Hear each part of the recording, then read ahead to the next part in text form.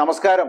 40 വർഷത്തിനിടെ രാജ്യം കണ്ടിട്ടില്ലാത്ത തൊഴിലില്ലായ്മയിലൂടെ കടന്നു പോകുമ്പോൾ യുവാക്കളെ വഞ്ചിക്കുന്ന സമീപനം തുടരുന്ന മോദി സർക്കാരിനെതിരെ ആഞ്ഞടിച്ചിരിക്കുകയാണ് കോൺഗ്രസ് പ്രസിഡന്റ് മല്ലികാർജുൻ ഖാർഗെ.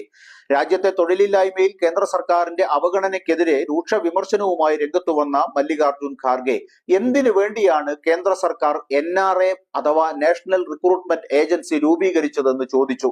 NRAക്ക് പിന്നിൽ നടക്കുന്നത് വലിയ അഴിമതിയാണെന്ന് ചൂണ്ടിക്കാട്ടിയ ഖാർഗെ 4 വർഷമായി നോക്കുകുത്തിയായി നിൽക്കുന്ന ഏജൻസിയെ കൊണ്ട് എന്താണ് ഗുണം എന്ന ചോദ്യവും മുന്നോട്ട് വെച്ചു.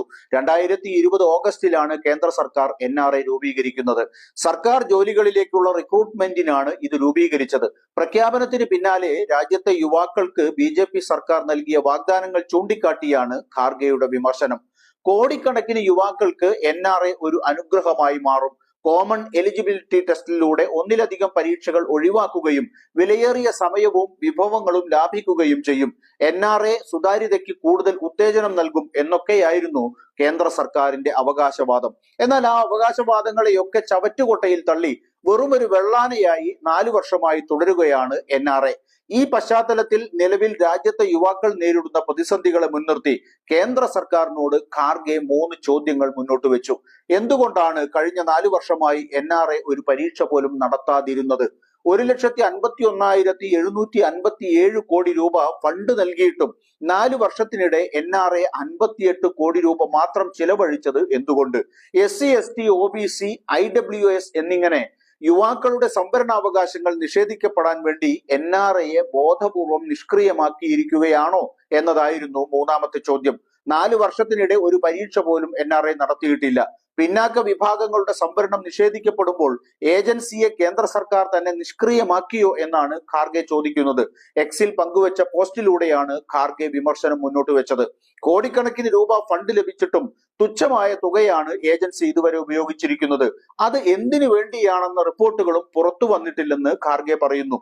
ചോദ്യപേപ്പർ ചോർച്ചയിലൂടെ NTA-യും പരീക്ഷകൾ നടത്താതെ NRAയും ക്രമക്കേട് നടത്തുന്നു.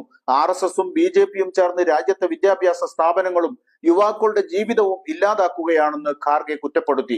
NRAയുമായി ബന്ധപ്പെട്ട വിഷയങ്ങൾ സംസാരിക്കുമ്പോൾ പ്രധാനമന്ത്രി നരേന്ദ്രമോദി മൗനം പാലിക്കുകയാണെന്നും അദ്ദേഹം തന്റെ കുറിപ്പിൽ പറഞ്ഞു. കഴിഞ്ഞ ദിവസം ഗുജറാത്തിലെ ബറൂച്ച് ജില്ലയിൽ ജോബ് ഇന്റർവ്യൂവിൽ ഉണ്ടായ തിരക്കിന്റെ ദൃശ്യങ്ങൾ പുറത്തു വന്നത് വലിയ വിവാദമായിരുന്നു.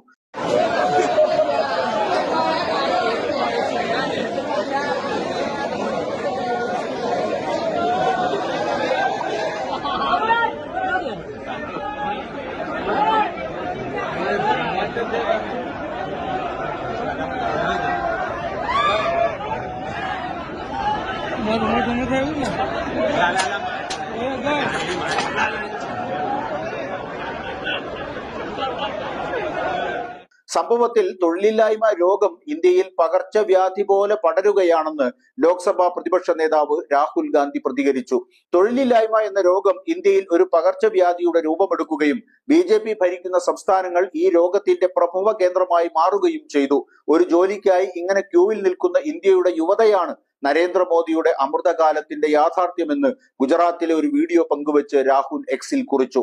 40 വർഷത്തിനിടെ ഇല്ലാത്ത തൊഴിലില്ലായ്മയിലൂടെ രാജ്യം കടന്നു പോകുമ്പോൾ അതിന് പരിഹാരം കാണാൻ കേന്ദ്ര ഭരണകൂടത്തിന്റെ പക്കൽ പരിഹാര നടപടികളില്ല എന്നതാണ് പരിതാപകരം. പ്രതിപക്ഷം ഉന്നയിക്കുന്ന ആവശ്യങ്ങൾ ബധിരകർണങ്ങളിലാണ് പതിക്കുന്നത് എന്നത് അതിലേറെ ദുഃഖകരവും.